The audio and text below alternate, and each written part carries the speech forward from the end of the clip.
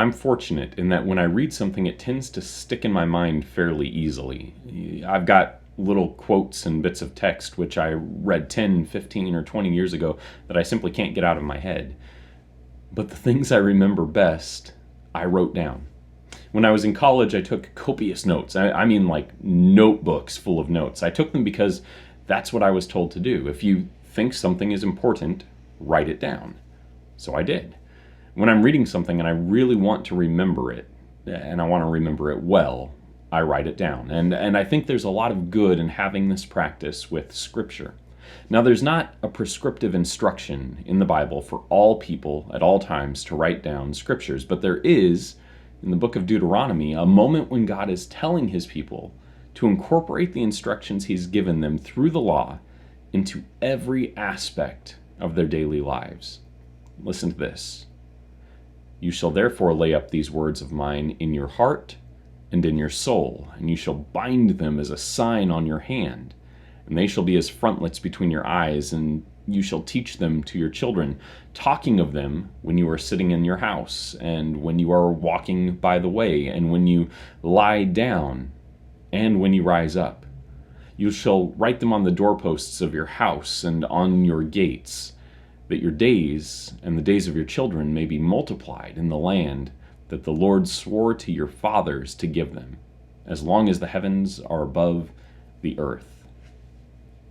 God wanted his people to make the words of his law a part of their everyday life. So he told them to put it everywhere. And there in the middle of all of it, he tells them to write it on the doorposts of their house and on the gates.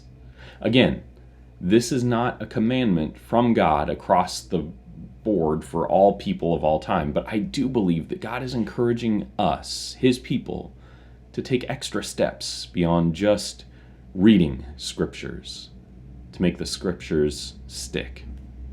Those notes I took in college, they worked. I'll be honest, though, I didn't spend much time reading those notes. I'd look them over for a few minutes after class. I'd have them at the ready to consult when I was writing a paper or preparing for an exam. But the work of hearing what was said and writing it down was an act of participation in the words. They weren't just someone else's words. They were mine now, too.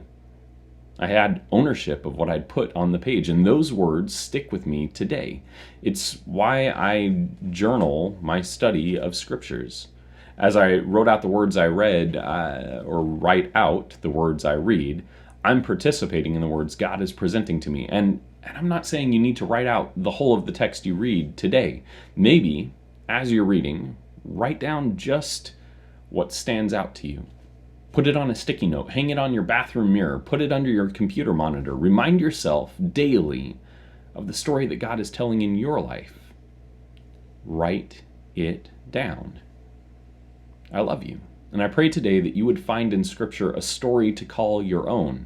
I pray that God would give you words that stick in your mind and invite you to participation in his story.